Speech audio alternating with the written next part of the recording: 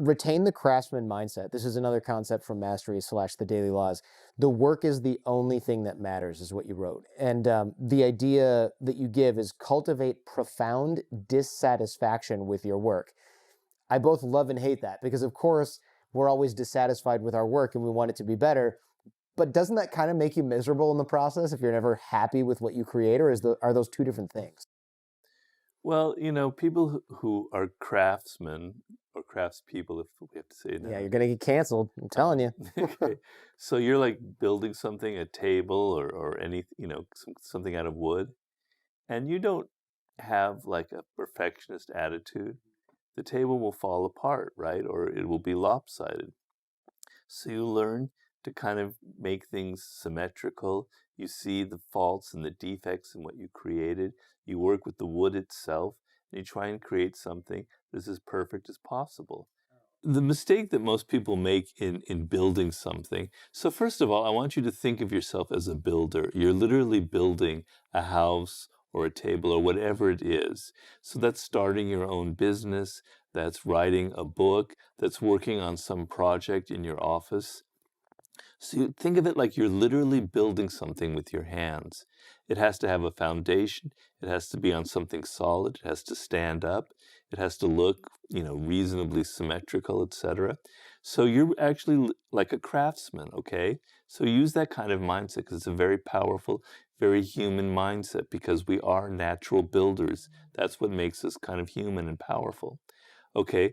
So the problem that most people have, and believe me, I know it, when you're writing something or working on a project, is you have no distance. You have no ability to analyze your own work. Mm-hmm. You think that everything you do is just golden and beautiful, or you think everything you do is awful or terrible, right? Mm-hmm.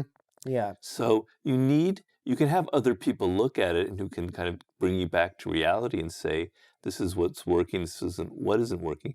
But oftentimes you can't trust other people, right? First of all, maybe they don't really know. Maybe they're not as knowledgeable on the subject. And also they might have a political axe to grind or whatever. So you have to become your own critic. You have to be able to see the flaws and what isn't working in your own creation, right? And sometimes, it's very hard to do that. You tend to kind of gloss over the things that aren't working. I know when I write a chapter, I lose perspective after time, because I've spent so long on it that everything seems natural and good to me. And then when I come back to it a month later, it goes, no, that's not working, Robert. That's not working at all. And so that critical voice inside of me that says that isn't working is what pushes me to make something better and better and better and better. Now, you can go crazy with that.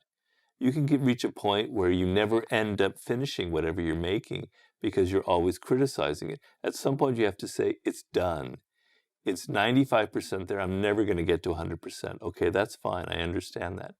But to the degree that you're able to look at your own work with some distance and say, this isn't working for me, it could be better, is what's going to end up making it better, right? And so a lot of people have a hard time with that. I get that a lot when I read other people's books or manuscripts, etc. It kind of works, but God, this could be so much better. Mm-hmm. You didn't take the time. You didn't go through the process I'm just describing. You didn't think of how somebody else would read it, how an outside eyes would read it. You didn't think of where it might be boring. You assume that everyone's going to be interested in something that they're not going to be interested in. So take the time and learn how to criticize your own work and make it better and better and better. It's extremely important. It seems like there's a point of diminishing returns when it comes to this. For example, I'll listen to an episode that's 3 years older, 2 years older, and I'll go, okay, there's a couple missed opportunities. I used to listen and go, cringe, this is awful, why did I release this? Now I listen and I go, okay, there's a couple of things I could have changed or added, or man, our audio quality has improved a lot since then, something along those lines. I remember hearing about, I think it was David Letterman, who used to watch tape of every show he did until 3 or 4 a.m., just beating himself up and treating himself like crap after was his show 5 days a week? I mean, that's a lot of time to spend telling yourself that you suck at your job and beating yourself up over every little opportunity or missed opportunity. Well, that's not at all what I'm talking about. Okay, yeah, it's different. Okay, so after I finish a book, I never read it again. I never look at it again. Really? I have no idea. I have no desire to look at it again. In fact, it kind of repulses me. That's It's funny. like, I Yeah. created it, get out of me. I don't want to look at it. I'm on to the next thing. So there's no point in the post-mortem. There is a point in things that you've done in life, in your interactions with people, to go through that kind of post-mortem process, to go, what could I have done differently that didn't create this particular problem? Okay? I very highly advise that.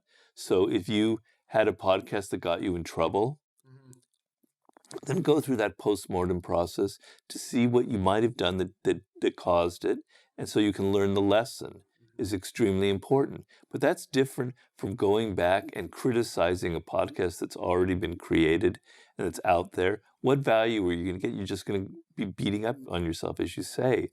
I mean, you could look at it constructively and say, I could be doing it a little bit better, right? It's all in the spirit that you do things in. So you could improve yourself. But my thing with my work is once the book is published, there's nothing I can do about it, right? This is true. It's out there. And in the process of writing, I've kind of learned already what it was that I didn't do quite right and what I could improve on. So the idea is to get, I think the essence of what we're talking here is the point isn't to beat up on yourself. The point isn't to make you feel bad about your own work, because that'll work against you. You have to kind of love and have a sense of excitement about the work itself. The idea is that you're able to kind of have some detachment from it. At certain key moments, you're able to look at it from a distance and to look at Jordan Harbinger on the screen and say, he needs to be doing this a little differently, as if you're looking at it from the outside, is very, very powerful skill. So the goal isn't to become so critical of yourself that you can't ever do anything in life. You need to have a degree of innocence about it. But if you have no voice inside of your head telling you that some things aren't really working, a voice that's somewhat like an outsider, then you're never going to be able to improve your work from the inside. Yeah, this is something that I think a lot of creators struggle with, because also, as much as you want to have external critics or cultivate your own critical eye, it it is for many of us hard to do without beating ourselves up or without attaching some sort of meaning to it. But it doesn't, that's not productive to do. I guess I don't understand that. Maybe it's because of the way maybe I am, because I'm Jewish and I'm always kind of criticizing myself. And I Yeah, kind how of have, can you not do it? Yeah. kind of was sort of beaten into me. But when I'm writing something, I never get too attached to what I'm writing, right? Because I know that's really dangerous. Maybe it's because I've been, this is my 8th book that I'm working on right now. Maybe I've learned that. Yeah. But I never get too attached to it because I know that that's going to be very problematic down the road. And I always know, so in the moment after I've written something that's very arduous and I go back to it and I go, this isn't working.